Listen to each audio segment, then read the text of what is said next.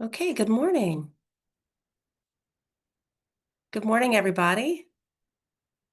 The Chesapeake Region Safety Council welcomes you to our latest and greatest webinar. We're joined today by Christina Campbell, who will be presenting Maryland Heat Illness Prevention Standard.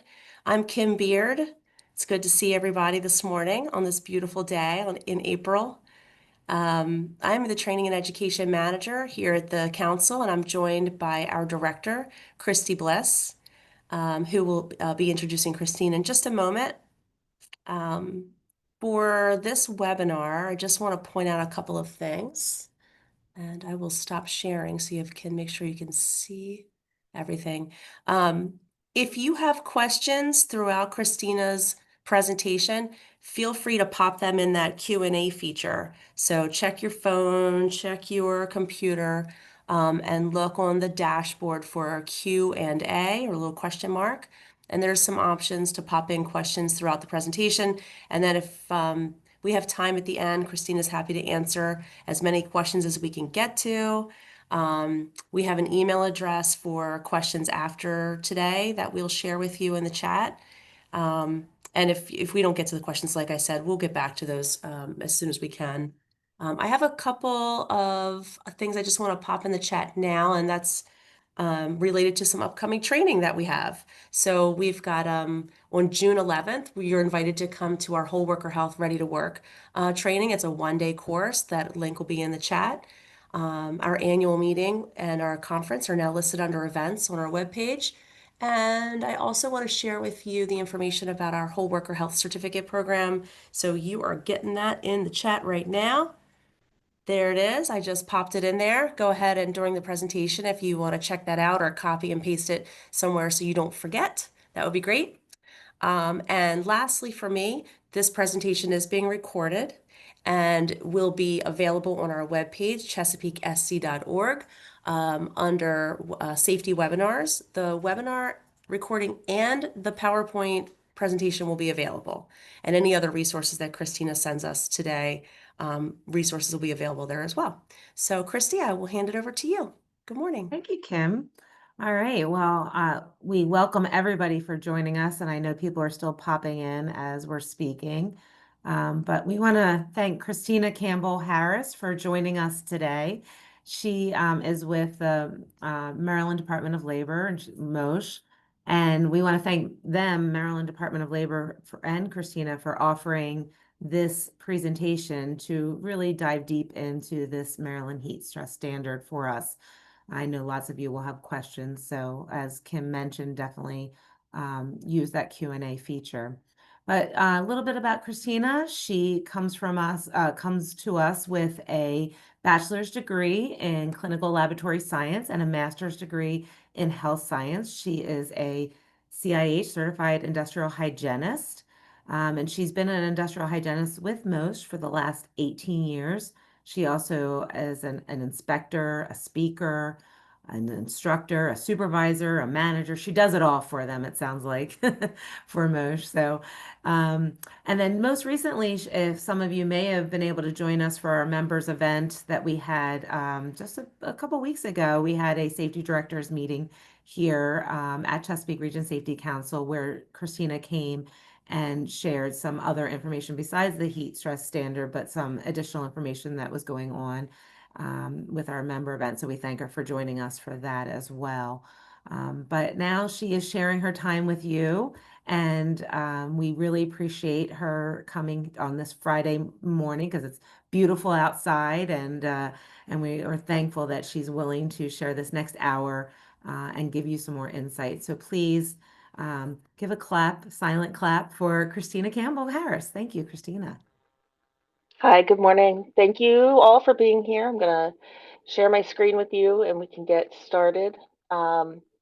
We have a new heat stress standard, and I wanted to give you a little bit of background while we're pulling this up. So the Maryland legislature back in 2020 began the process or directed MOSH to create regulations for the purpose of ensuring that workers in Maryland there would be minimum standards to protect workers from heat stress. So clearly I cannot do two things at once. Here we go. Okay. So over the course of the next couple years, we put some drafts into motion. We eventually ended up with this current version that we have now of the heat stress standard. It was adopted and it was in effect in September.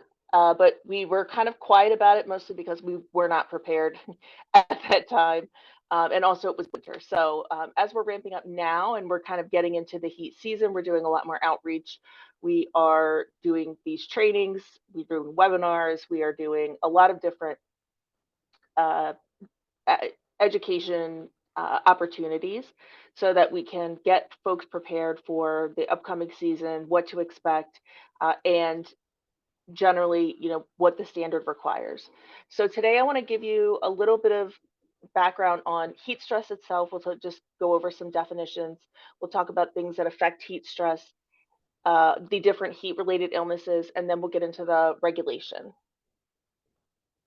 So as far as heat stress, and a lot of you are coming from a safety background, so I won't spend too much time on this, but heat stress is that net heat load to which a worker is exposed. So everything from physical exertion, those environmental risk factors, personal risk factors, clothing that we wear, all of that contributes to heat stress and the net heat load on the body.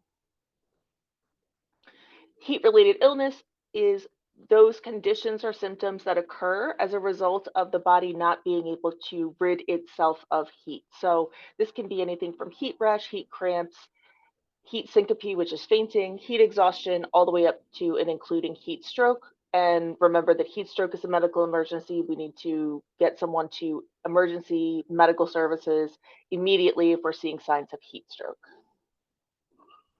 So those personal risk factors, let's start with environmental risk factors. We have two kind of camps that those fall into.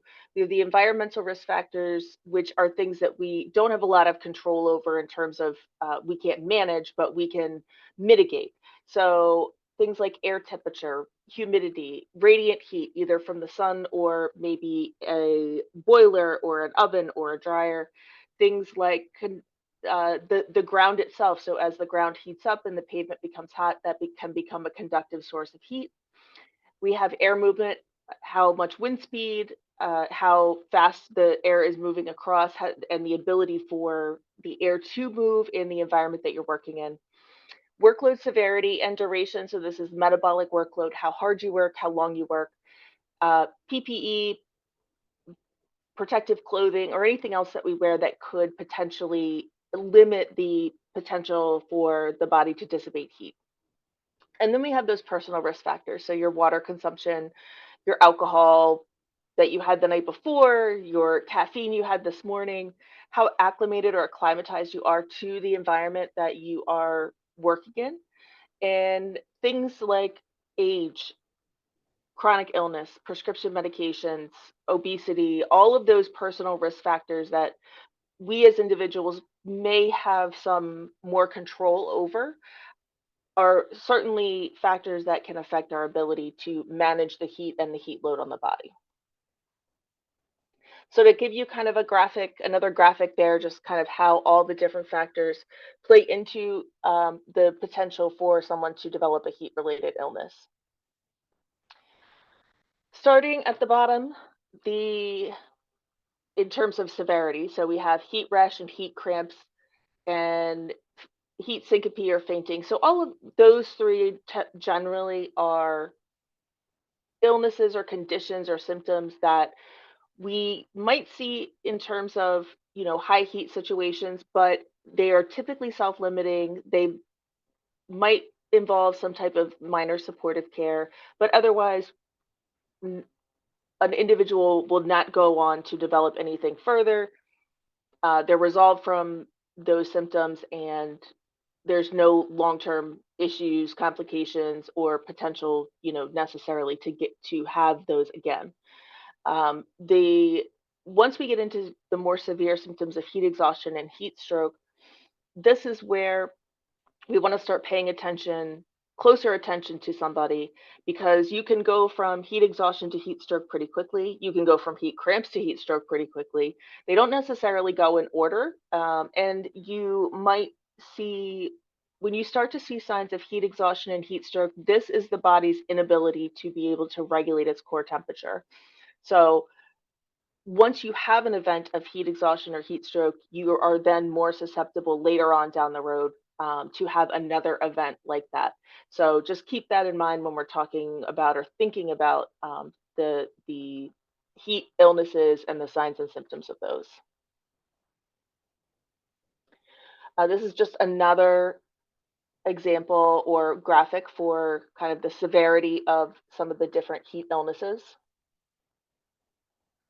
And remember, we're developing, or we could develop, a heat related illness because our body's not able to regulate that core temperature. So our body is always in that flux of trying to maintain the normal, or whatever your normal is, 98.6 degrees, plus or minus about a degree and a half up and down.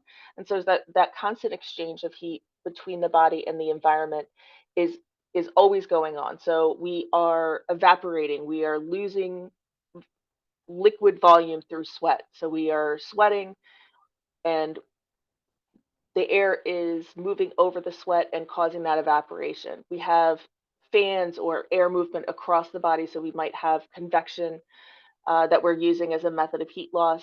Conduction. So this might be something where you have a cooling vest or a cold pack. So we're taking a cool surface and applying it to the skin. And then we are getting heat loss, or we're getting heat loss as a result of that direct contact. The whole thermoregulation takes place in your hypothalamus. So you have uh, part of your brain that is talking. It's part of your brain is the set point, right? So it says, okay, we have this normal body temperature of 98.6 that we're always trying to maintain, and then the other part of your hypothalamus is talking to the rest of your body and sending off those different um, receptors and information to say, hey, we need to open up the pores, we need to sweat some more, we need to cool down, or we need, on the flip side, we need to heat the body up so that we can maintain that core temperature. So we're always in this feedback, this loop of um, thermoregulation, and this is just kind of another graphic showing you that. Our sweat mechanism is probably the biggest component of how we cool our bodies down. So we can sweat up to 2.5 gallons a day, depending on how hot it is, how hard we are working. We have all these sweat glands that are in the outer layers of our skin. So what's happening is when your body is hot, your blood volume is moving to your extremities and opening up those blood vessels, opening up those pores, and sweating to allow evaporation to cool the body. So we lose a lot of water through this sweat mechanism, but we can also lose electrolytes as well. And the more we sweat, the harder it is for our body to maintain that core body temperature, that thermoregulation.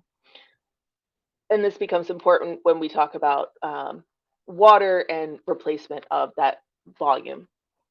So in a humid environment, it stands to reason that we might not be able to cool ourselves as efficiently through sweat because there's already so much moisture in the air. And so the ability for that evaporation to take place is limited just because again, there's already so much moisture in the air. So when we sweat, we want to, again, we can sweat up to 2.5 gallons in a day. That's a lot of liquid, and we need to replace that volume. So replacing the water that we lose from sweat is very important. What we want to do is, and what we want to encourage employees, our workers to do, is to drink a cup of cool water every 15 to 20 minutes. So not a lot at any one time. And we want to frequently and gradually re intake that water that we're losing. What we don't want to do is wait until we are thirsty to drink, because by that time we're behind the eight ball. We're already dehydrated. So we want to make sure that we're staying on top of that water volume, that liquid volume, intaking it, maintaining it throughout the day, because that's going to help us better regulate not only our motor functions, but also our core body temperature. So we have controls that we can use to obviously mitigate the heat. And in the safety world, we throw those into camps of engineering controls, administrative and work practice, and PPE. So the engineering controls we have at our disposal, especially if it's an outside environment, is unfortunately not a ton, right? So um, if we can provide fans, cooling fans, that's good. We can use reflective materials to block radiant heat sources like the sun. We can insulate hot surfaces. If we are able, we can obviously provide shade for outdoor work sites. If we're inside, we can use air conditioning. We can increase our general ventilation. We can add or increase our local exhaust ventilation. So if we have a piece of equipment or a dryer, for example, in a laundry, we can obviously have those exhaust vents going, and those are engineering controls that we can use to manage the heat. Administrative controls are those things that we are doing and using in the workplace that we have some ability to manage as both workers and employees and employers, right? So the biggest one is acclimatizing or acclimating to the environment that we're working in, and that involves making sure that we are gradually introducing people to the work and to the workplace, and to those work conditions a little bit each day over time, and that way we are allowing our bodies to become acclimated to the conditions, and we're hopefully able to better thermoregulate and also not develop a heat related illness. So we'll talk about that more in just a minute. Scheduling work earlier in the day or later in the day or overnight.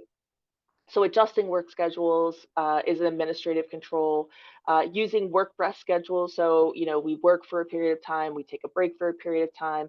Maybe job rotation, so we have someone rotating in who is either a floater or is someone who can, um, you know, take the place of another worker who might be doing maybe a heavy manual load, and we swap workers in and out. And limiting strenuous loads or strenuous work where we're able. So if we have a situation where we have 110-degree heat index, but we have something very labor intensive, manual labor intensive, maybe we consider doing that task either earlier part of the day or maybe the next day when it might be a little bit cooler. And so we are using those different kinds of administrative controls to manage the heat and the heat stress in the work environment. So it's everybody's job at the job site to know what the atmospheric conditions are, especially if we are outside, know what the heat index is supposed to be or is going to get to for the day, making sure that we're taking care of ourselves, wearing loose, breathable clothing where we're able, making sure we're drinking that cup of cool water every 15 to 20 minutes, taking frequent breaks in the shade or air conditioning when we need to, reducing the physical demands of the work, again, where we're able, and making sure that we are able to recognize the signs and symptoms of heat related illness and know what to do in the event that we recognize them either in ourselves or in our coworkers. So we can measure the heat a number of different ways. Obviously, the ambient air temperature is the one everyone always thinks about. We can measure additionally the humidity, right? And especially in Maryland in the summer, the humidity has a big plays a big factor in the what quote unquote the real feel, right? So when we wrote the regulation, we settled on the heat index as a measure, or as the measurement for our thresholds, because we know that the humidity absolutely affects the real feel. So the heat index is a measure of the ambient air temperature and the humidity.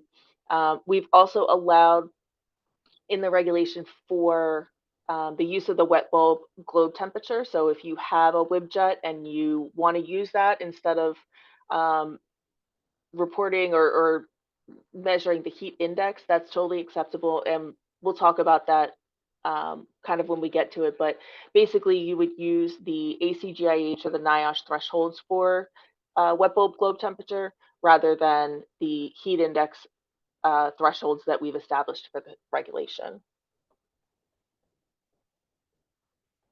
All right. And that WibJet, of course, we know is the gold standard kind of in the industry. And for industrial hygiene, we are using the WibJet very often when we are out in the field and we want to take into account solar radiation, wind speed, in addition to humidity and temperature. Okay.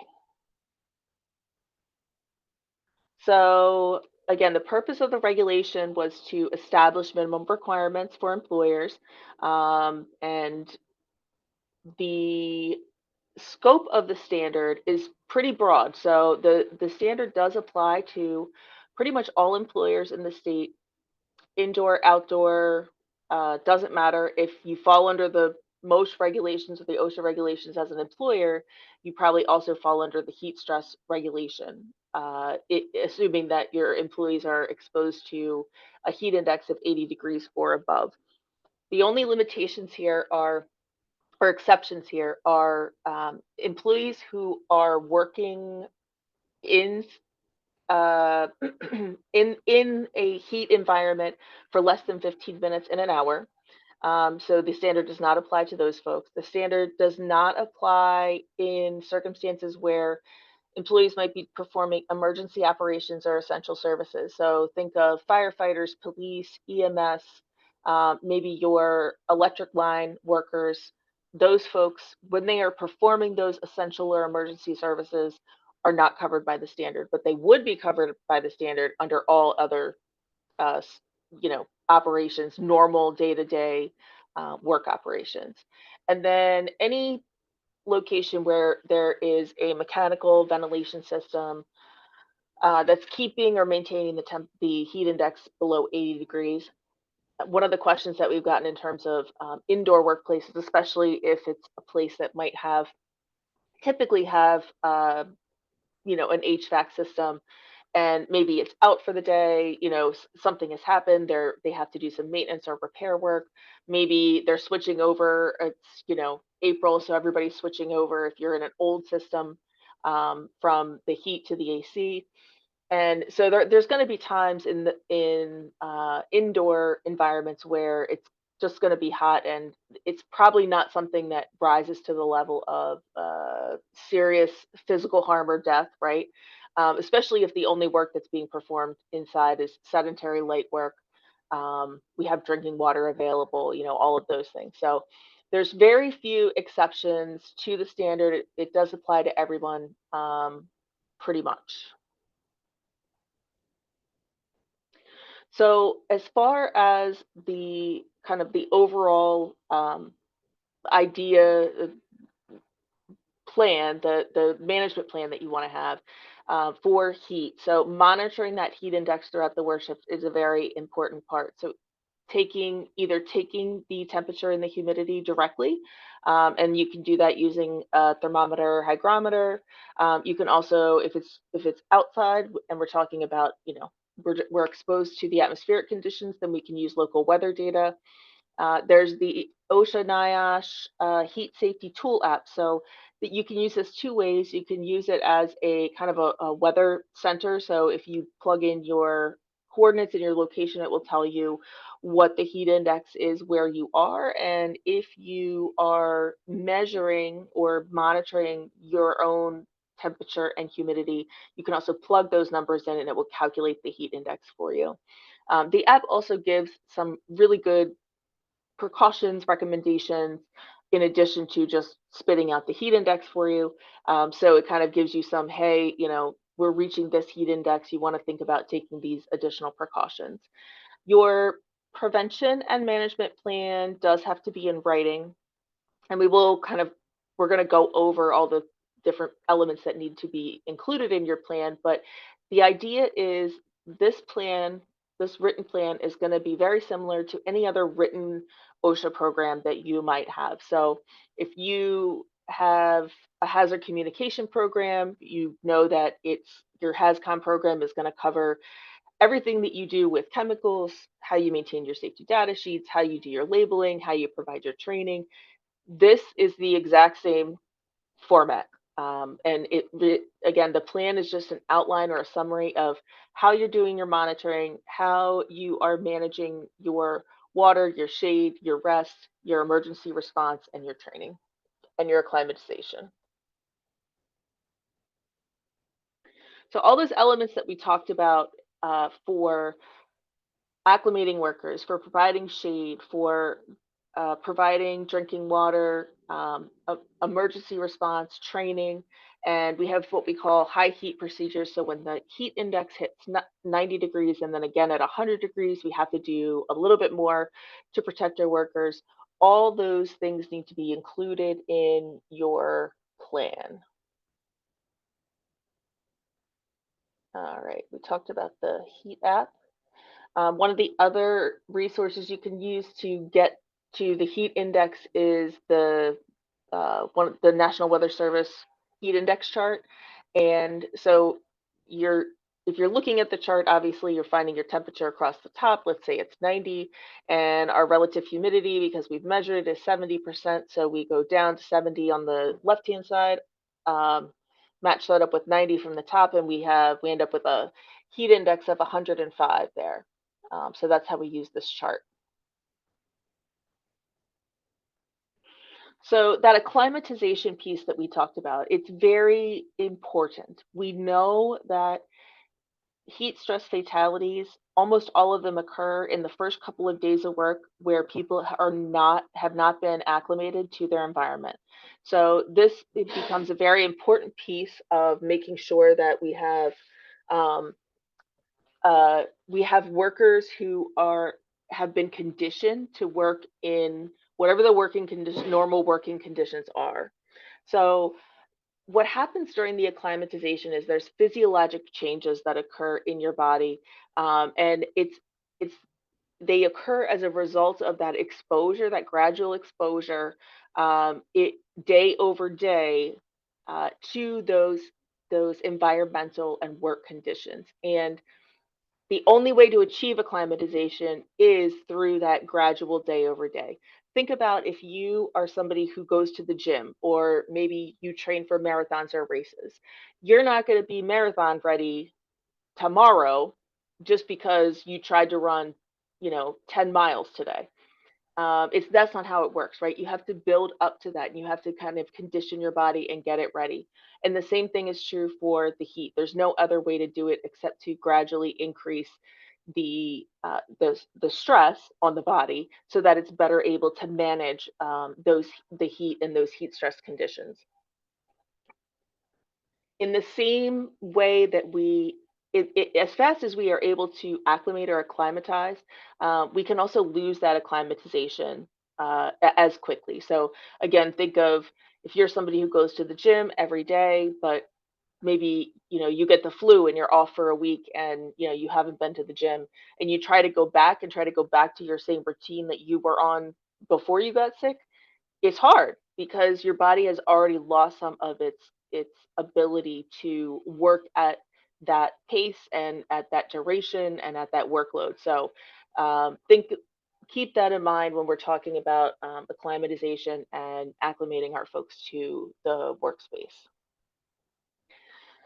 So the acclimatization can take anywhere from a couple of days all the way up to a couple of weeks. So just because we are exposed to some sort of heat doesn't mean that we're conferring acclimatization. We need that metabolic work rate for at least 2 hours in the day to kind of get the body used to the conditions that it is supposed to be working in full time, right? And just because we have worked at one level of, uh, let's say, workload duration, heat index, doesn't mean that we can necessarily translate that to a different type of working environment. So if we have hotter conditions, if we have harder work, maybe we're moving people around to either different job sites or different types of work, then we need to think about providing for some level of acclimatization, for those workers. And then making sure that if we have folks again who are away, maybe they've been away from work for a week, they went on vacation, maybe they were out with some kind of surgery or illness, we need to make sure we're reacclimating those folks to the work environment. It If they're gone for more than 5 days, 5 work days, then there's probably some sort of reacclimating that they need to do. So once we are acclimatized to our environment, we are more efficient at sweating. We're able to uh, sweat less and lose fewer electrolytes. We are able to better regulate our blood pressure and our heart rates. We have decreased blood flow to the skin, to the extremities, right? And so we have more blood that's available to our muscles. When you think about fainting, for example, like fainting from heat or heat syncope, this happens to a lot of people, especially in the first couple of days, the early days of summer when they have not had a lot of exposure to the heat. So their bodies are not used to it. The first thing the body does is like, hey, we're really hot. Like, let's get rid of all this heat. All that blood moves from the blood volume, moves from your core to your extremities. Blood vessels open up because your body's, again, trying to um, compensate for all of that heat. And what happens when your blood volume goes from your core to your extremities is your blood pressure tanks, and then you end up fainting. So you become better able to manage that blood volume in your body when you're acclimatized.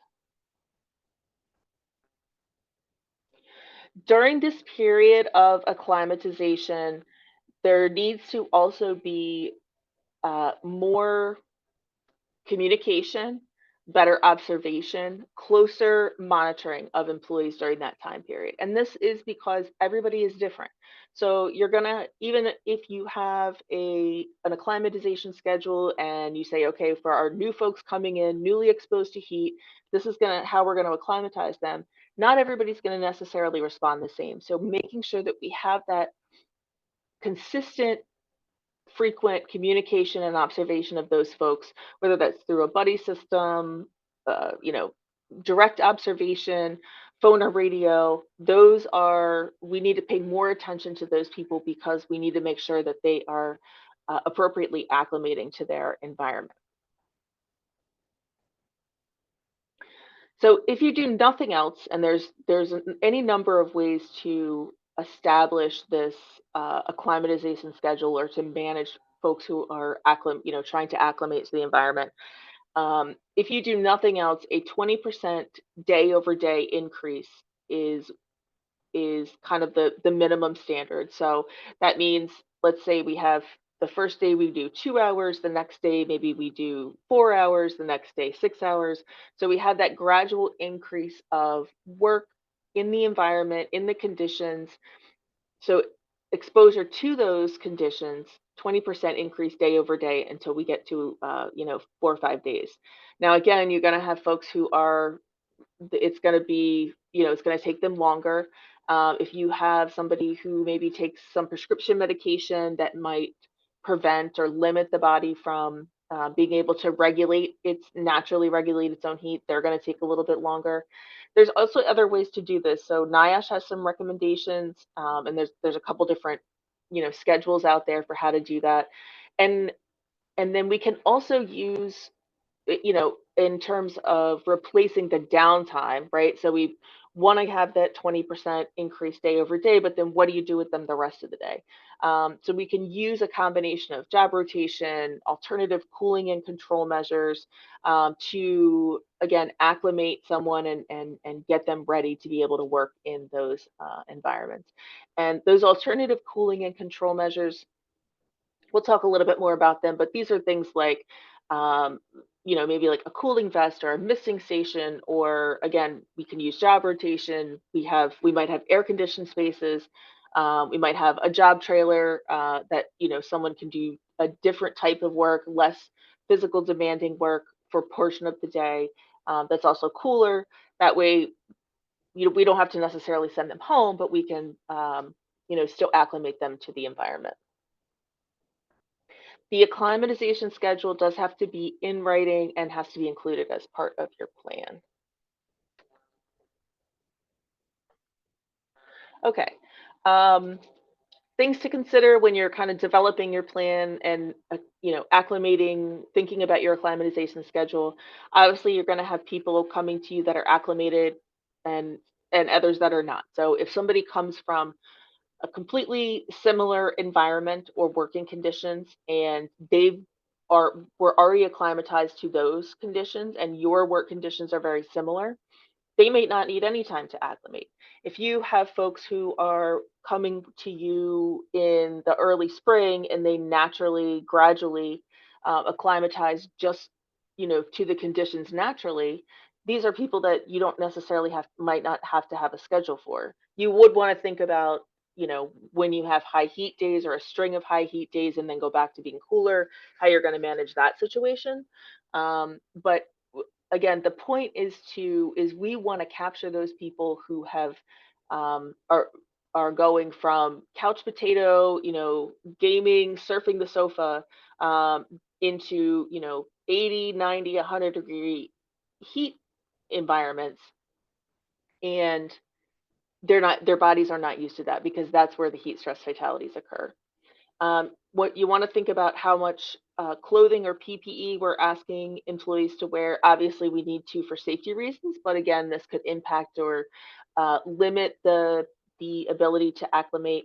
Those personal risk factors, we might not know a lot about them, about a person, but it's something that the employee should know to look out for, and know that it could, again, limit their ability to acclimatize. Reacclimating them as necessary, and then providing those cooling and control measures as needed. Shade is uh, the direct blockage of sunlight. We can provide this in any number of ways. Any way that we do this has to be there. It has to be available and accessible for employees as close as practicable to the work area. It needs to be large enough that it is able to accommodate all of the workers who could be taking a break at any one time. It also needs to include or have space for any PPE that they might need to take off it as well. We don't want that sitting out in the hot sun. And we need to make sure that everybody who could be taking a break is able to at least sit in normal posture, and that the shade is open on three sides, at least three sides, to allow air movement. Shade can be natural shade from trees. It can be tents or canopies. It can be the cab of a air conditioned truck, as long as we don't have direct sunlight coming in. Any number of ways. We can be creative about shade, certainly, but the idea is we want to block direct sunlight, and we want to limit any heat sources that could exist. So we know that there's going to be some situations where shade might be either infeasible or unsafe, right? We probably are not going to put a pop-up tent on the shoulder of the road where somebody's doing asphalt paving. So we need to think about how we're going to provide an alternative to that shade in those situations. So if we are thinking about alternative measures for shade, again, we're thinking about those cooling vests. We're thinking about, maybe misting machines or cooling fans. Maybe we're thinking about, um, job rotation, or offering that work rest schedule. So there's a lot of different things that we can do that could be substituted for shade if needed. But generally speaking, there still needs to be shade. It's just a question of how close it is to the work area. graphics of your misting stations and cooling vests. As far as drinking water, if you're paying attention earlier and doing the math, if we lose up to 2.5 gallons of water a day, and you calculate that out, that ends up being about 32 ounces of liquid per person per hour. So this is the responsibility to provide that volume of water in terms of drinking water, right? Because we want to replace the volume that we're losing. Obviously, not everyone's going to need 32 ounces of water per hour, but we want to have it there and available in case workers need it. It also doubles as a cooling mechanism in the event that you have somebody um, present with heat symptoms. So now you have another way to cool them down quickly. Drinking water obviously has to be potable. It has to be cool, what we call suitably cool. Suitably cool, nobody's going to go around with a thermometer, but just in case anyone was wondering, suitably cool is somewhere in that 50 to 60 degree range. This is generally the temperature of cold water that comes out of your tap. The idea behind this is we want it to encourage people to drink it, and we want people to drink it frequently. So if it's too warm, that's nobody wants to drink hot water. And then if it's too cold, like icy crystally cold, it's harder for the body to take in and process. So we want to make sure that we are providing that drinking water, having it on site, having it available, having it accessible, as close as practicable, again, to the work site, and making sure that we're encouraging that drinking, because this is probably the number one um, you know, easiest thing that we can do to help keep our workers safe. And just in case anyone was wondering, providing drinking water is not a new thing. That's always been a requirement of OSHA or MOSH standards. That whether you provided it before or whether MOSH enforced it before is probably a different story. But drinking water has always been a provision of the standard. This heat stress regulation only in this instance requires a certain amount of water. The water does not have to be available, doesn't have to be all available at the job site at the beginning of the job, but you will have to have some kind of way to, if you need more water as you're going throughout the day, a way to replenish that water that's being consumed. The prevention and management plan should have, again, a summary or a discussion of how that water is going to be provided, how that shade is going to be provided. And then once we get to 90-degree heat index and 100-degree heat index, again, we have to do more things, right? So if you do nothing else, you have to mandate workers take a rest break for 10 minutes every 2 hours when the heat index is between 90 and 100. Again, we have alternatives that we can offer, that we can use if needed. But if we don't do anything else, once the heat index hits 90, now we have to think about providing or mandating rest breaks. So this is, again, part of the reason that we're doing that monitoring of the temperature and the humidity throughout the day at the work site, because we want to know when the heat index gets to 90 and then again at 100. So we have a work rest schedule. Again, between 90 and 100, we need a mandated rest period of 10 minutes for every 2 hours worked. Once we get above 100, we need 15 minutes for every hour that is worked. And again, there are alternative measures. There are different schedules that can be used. As long as you can demonstrate that your alternative measures or your alternative schedules are at least as effective as providing that rest break, because the whole idea is we want to cool the body down during that rest period, give the opportunity for the body to rest, have time to catch up. So alternative cooling and control measures or alternative schedules can be used, but they need to be at least as effective as what these prescribed rest breaks would provide. And if you are using alternative cooling and control measures, particularly in lieu of some other prescription of the regulation. It needs to be maintained, accessible, available to all employees at all times, and we need to document that in writing in our plan. Where you have rest periods, whether they are voluntary or they are mandated, they can, they should not be discouraged. They should be encouraged. We should be encouraging workers to take, necessary breaks to have, again, provide that ability to cool the body down. All breaks should be taken in the shade, and they can coincide with a meal period. They can also coincide with some other task or function that's being performed. So if you have folks that are leaving the job site, maybe they need to go down the road to pick up materials and they're coming back. That time in the air conditioned cab could be considered part of a rest period. So any time that we're doing that sedentary work, light work, in the shade or indoors in a cooler environment can be considered a rest period. So one of the other pieces of your plan needs to include emergency response, and your emergency response needs to be more than just we're going to call 911. When we're talking about heat stroke, time is critical. So we want to make sure that we have the ability to contact, communicate, get someone the treatment that they need, and get them to treatment quickly, whether that's you transporting them or the EMS transporting them. Providing a way to cool the body down in the interim, having a way to contact not only supervisors and managers but emergency services.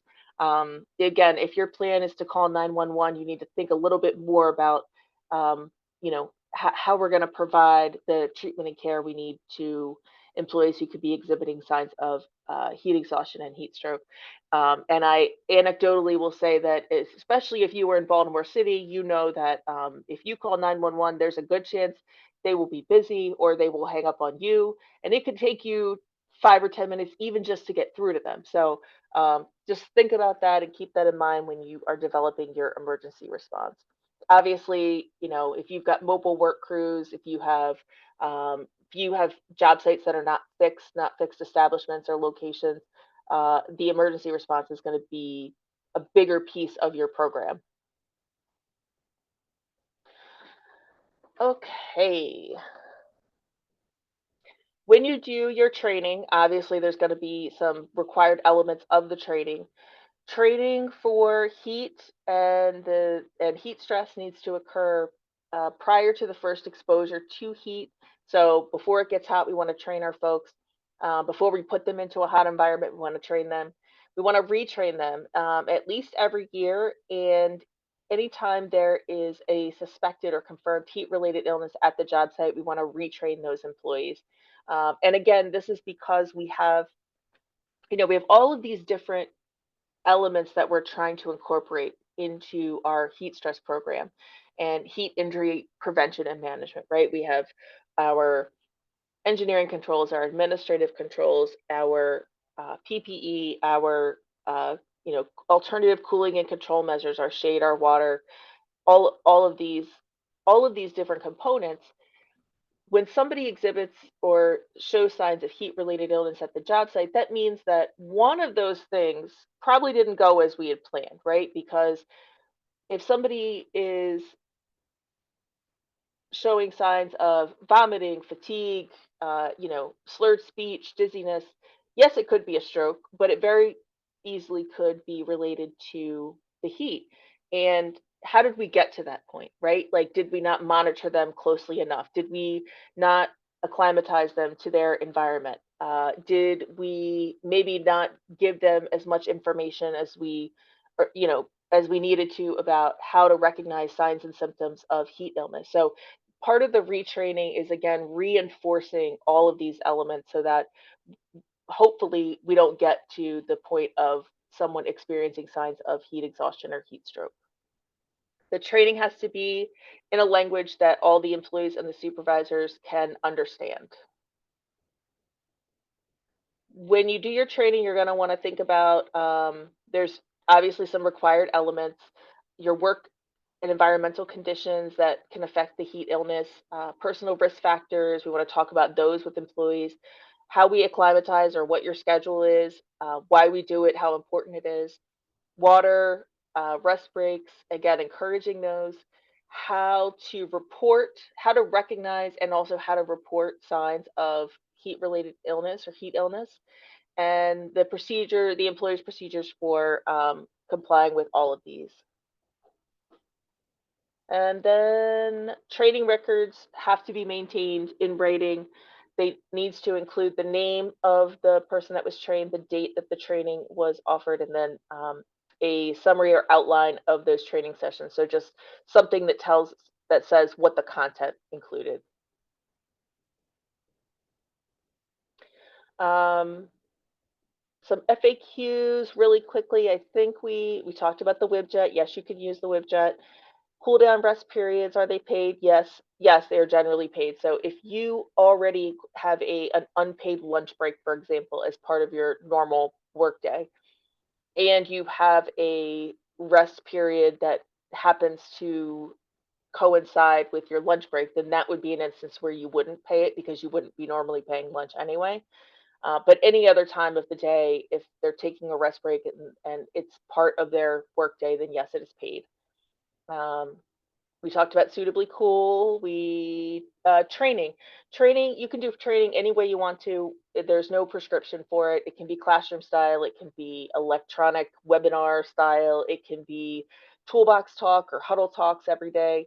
Obviously, the point is we want to get the information out there. We want to reiterate and reinforce the information, and we want to hone in on those key points. Hopefully, frequently throughout the season, so that we're staying in the forefront of employees' minds in terms of heat safety and heat illness. And then there are no specific requirements for reporting heat illness to MOSH. Nothing more than you would normally have to do for any hospitalization or fatality that occurs at your job site.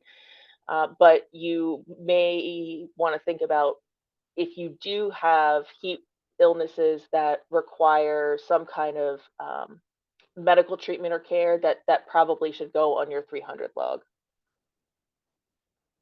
All right. I think I left at least a couple minutes for questions. You did, and we'll go a couple minutes extra if there's a few questions we can get to. Thank you, Christina. Thank you so much. This is Kim again. Christy Bliss and Christina are going to handle some questions. You cover a lot in the presentation, so I'm sure there's a couple out there, but I just want to let everyone know that the presentation and recording of today's webinar will be available on our website in just a couple of days. Under Chesapeake SC safety webinars, right where you registered for this event this morning. And I can't go one more second without reminding everyone that the Chesapeake Region Safety Council offers first aid CPR AED certification classes and instructor courses. And I encourage you all to, I know I see a lot of our first aid instructors on the webinar this morning, but I want to make sure everyone has access to our schedule for those classes. Just reminded about those items while Christina was speaking.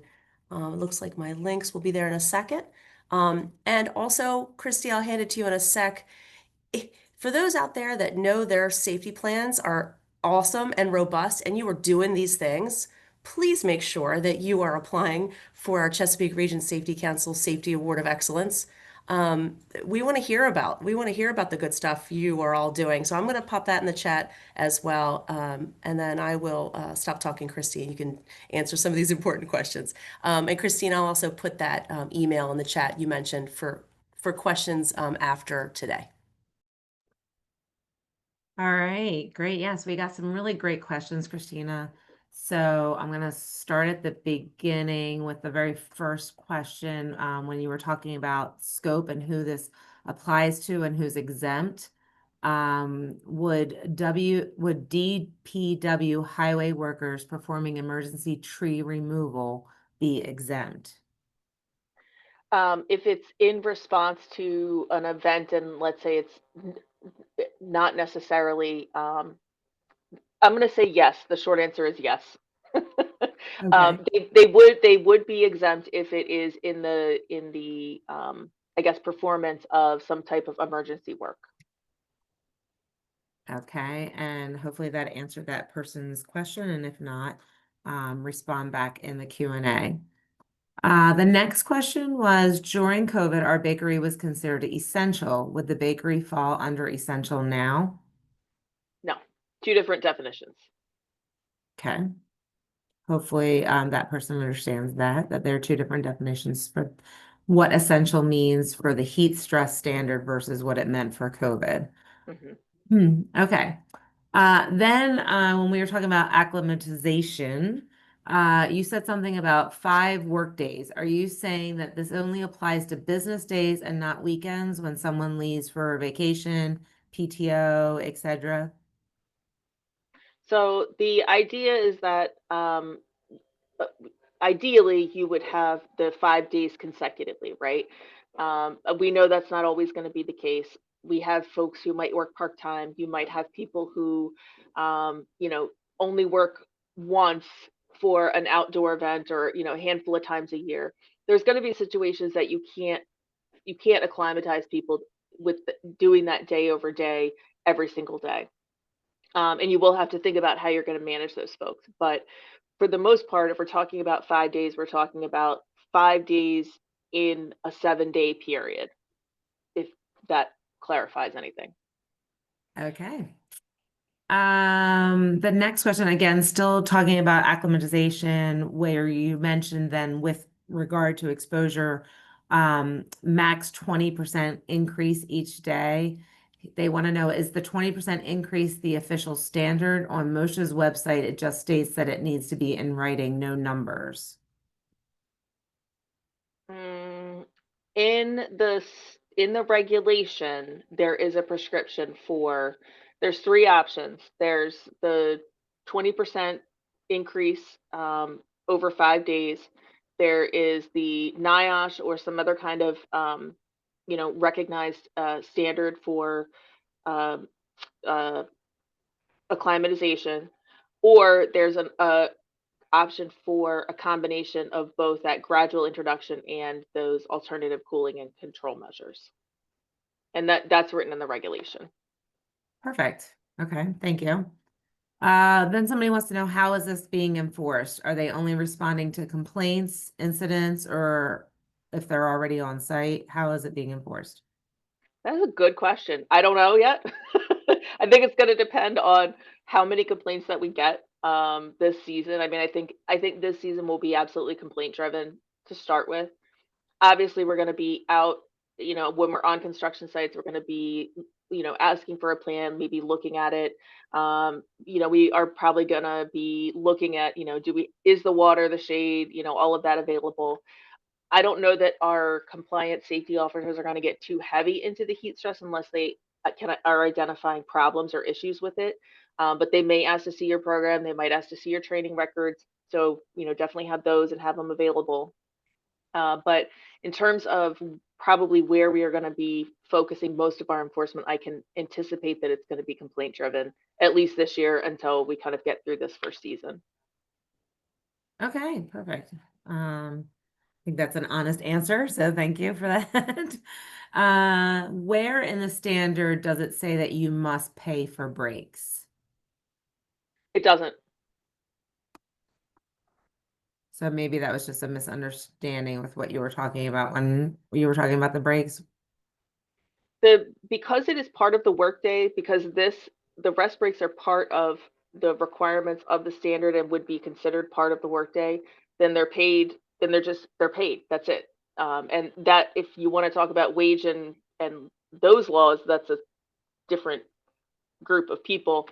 But because it's a requirement of the safety and health standards, a requirement of the regulation, and just like any other requirement of any other regulation, like if you have to send your folks to Concentra for, some kind of medical surveillance, that also has to be paid. It's that kind of thing, that in the vein of safety and health, if it's a requirement and you're using that, break as part of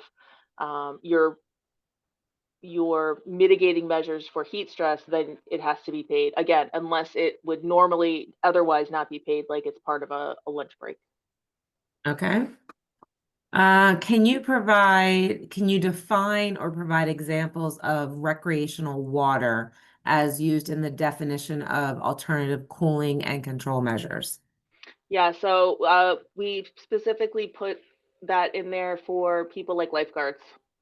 You know, they're outside all day. They're sitting at the stand, whether it's at the ocean or it's at the pool. You know, having access to that water as a method of as a cooling method is obviously we would consider that to be, you know, acceptable. Okay. Is there a time frame as to when the written policy needs to be completed?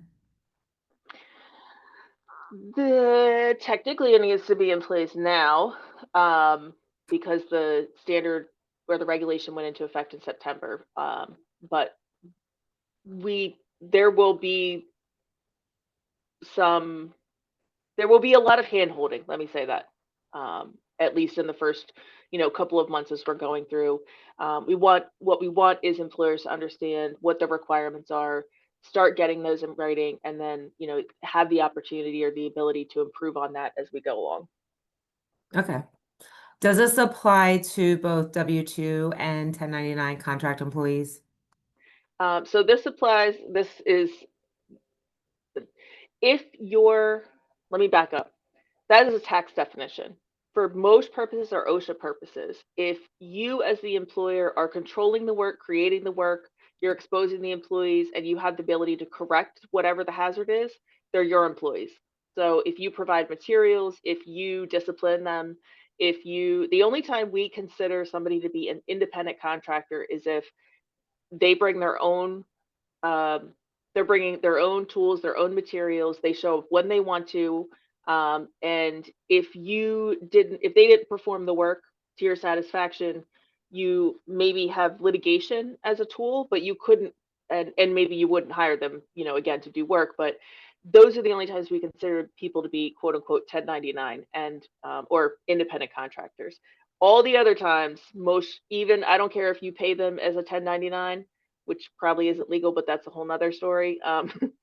The MOSH considers them to be your employees because you are paying them, you are providing the materials, you're, you know, making the work rules, you're telling them when to show up. They're your employees. Makes sense. Okay. A couple more here. Does MOSH plan to provide a sample written program? Yes, I'm this close to getting it's done. I just need to get the permission to put it on the website. So hopefully it's up today. If not today, it'll be Monday.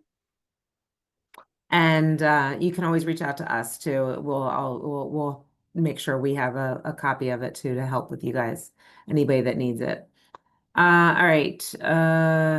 What does acclimatization look like? Acclimatization, I don't like that word. It's hard to say. It is. Look like in conjunction with alternative cooling measures. Does this mean the employee can work in excess of 20% if they are taking rest breaks and have access to air conditioning for periodic breaks? Yes. The answer is yes. And it's written that way on purpose to have that flexibility so that you don't have to send somebody home, right? You can have them doing, you know, that work task in the heat. You know, we're doing, you know, that 20% day over day, but the rest of the time that would otherwise be downtime can be in an environment that has, you know, air conditioning, that is sedentary, that is, you know, in the shade. That's all okay. Okay.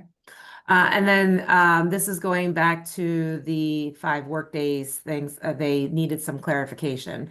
If an Okay. employee takes a week off for vacation, for example, today is Mhm. their last day at work, and they Mhm. come back on Monday, May 5th, does the Mhm. acclimatization apply? There are Yes. 5 work days in that term and 4 days of weekends.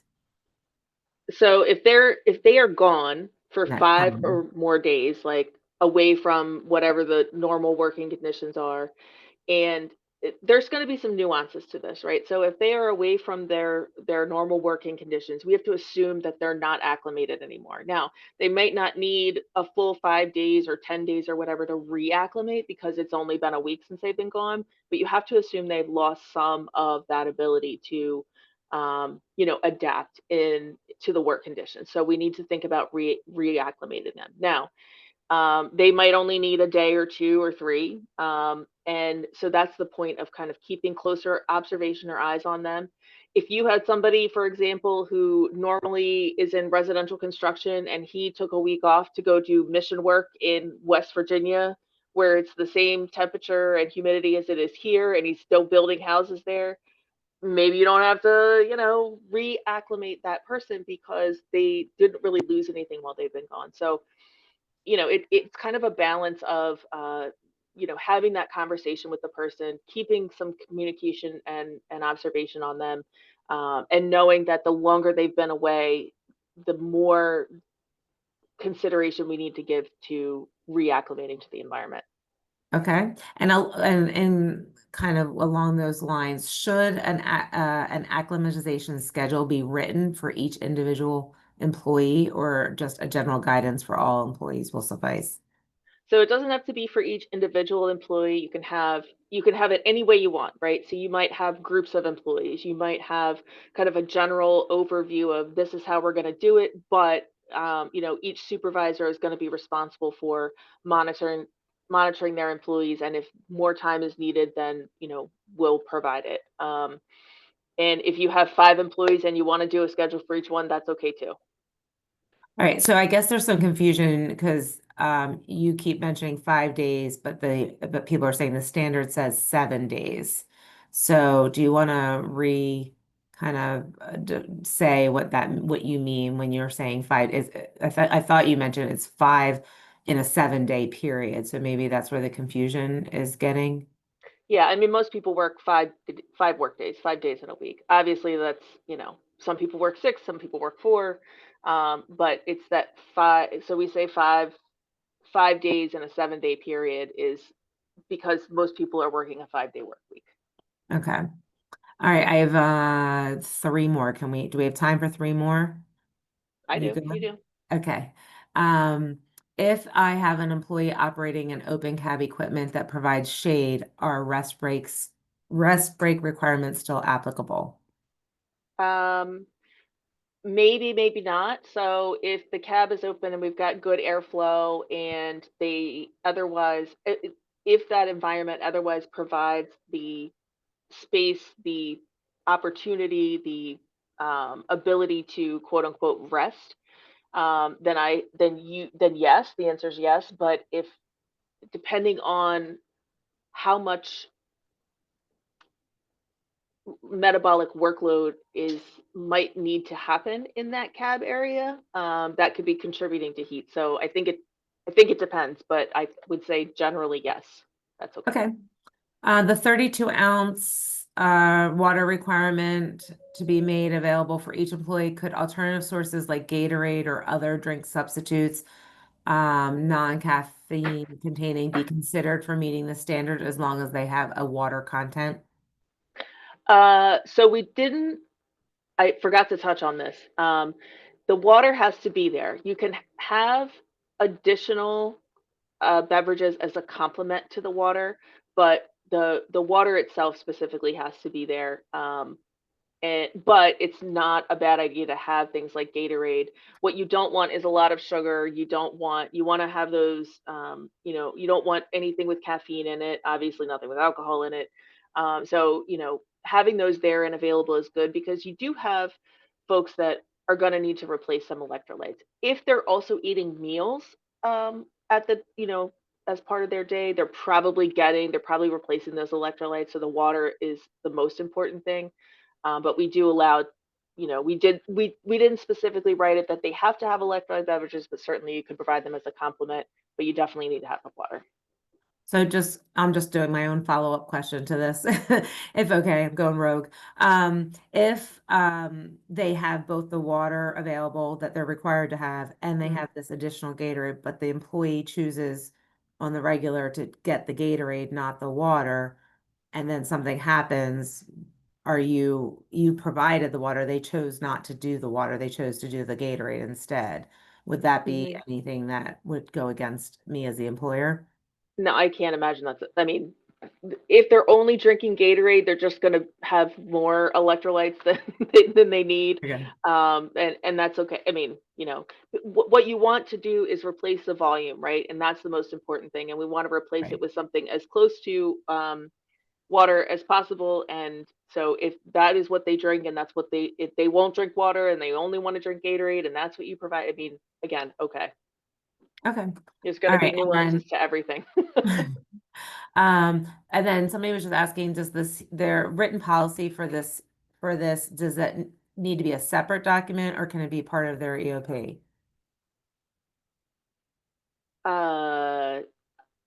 I'm sorry, I don't understand the acronym. EOP. I'm guessing Just like they, a like an overall safety plan. yeah, that's what I'm guessing they meant.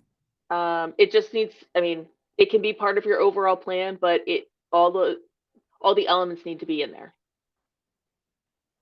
So same as like hazard communication, respiratory protection, those might be part of your overall safety and health plan, but again, they're going to be kind of like separate tabs or content or chapters. I don't know how you make that, however you put it in there. Yeah. Right. Makes sense. Yeah. Okay.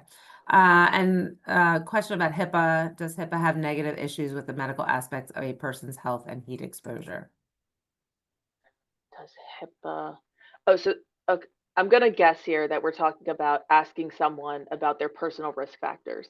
Um, Obviously, there are, just like there is with anything else, personal, personally medically related.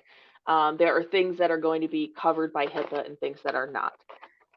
The What's important here is that if you normally have, let's say, like a pre-employment physical, and you want to include an assessment or an evaluation for heat or heat exposure or medications maybe that someone's taking, that could interfere with heat loss, what I would suggest is that you talk with your healthcare provider that you work with, because you wouldn't normally know what condition someone has or what medication they are taking, but you are asking the provider to give you feedback, or clearance for what someone is allowed to do, if that makes sense. So you can say to the provider, hey, we know we have folks working in high heat, and we need to, as part of their evaluation, establish if they need additional considerations for working in the heat. And that's not a violation of HIPAA, right? Because you have a healthcare provider who's Right. managing that on that side, and they know the information, but they're giving you only what you need to know. I don't know if that helps answer the question, but Okay. And then somebody just else wanted you to elaborate just a little bit more on natural acclimatization, Mhm. on how do you document that? So if I think that's a good question.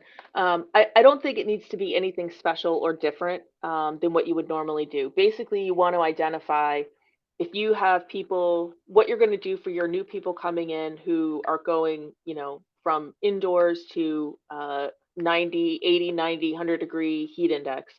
And you're also going to want to identify your folks that are quote unquote naturally, acclimating or acclimatizing.